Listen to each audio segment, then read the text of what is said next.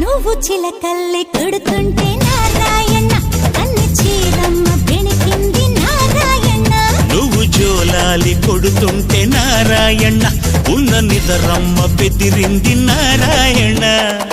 జడతోటి కొడితే చక్కెర పెట్లు పడతా రబ్బి కొట్టేయన్న కుడికన్ను కొడితే కాకినాడలో పడతావు ఒల్లమ్మి కొట్టేయన్నా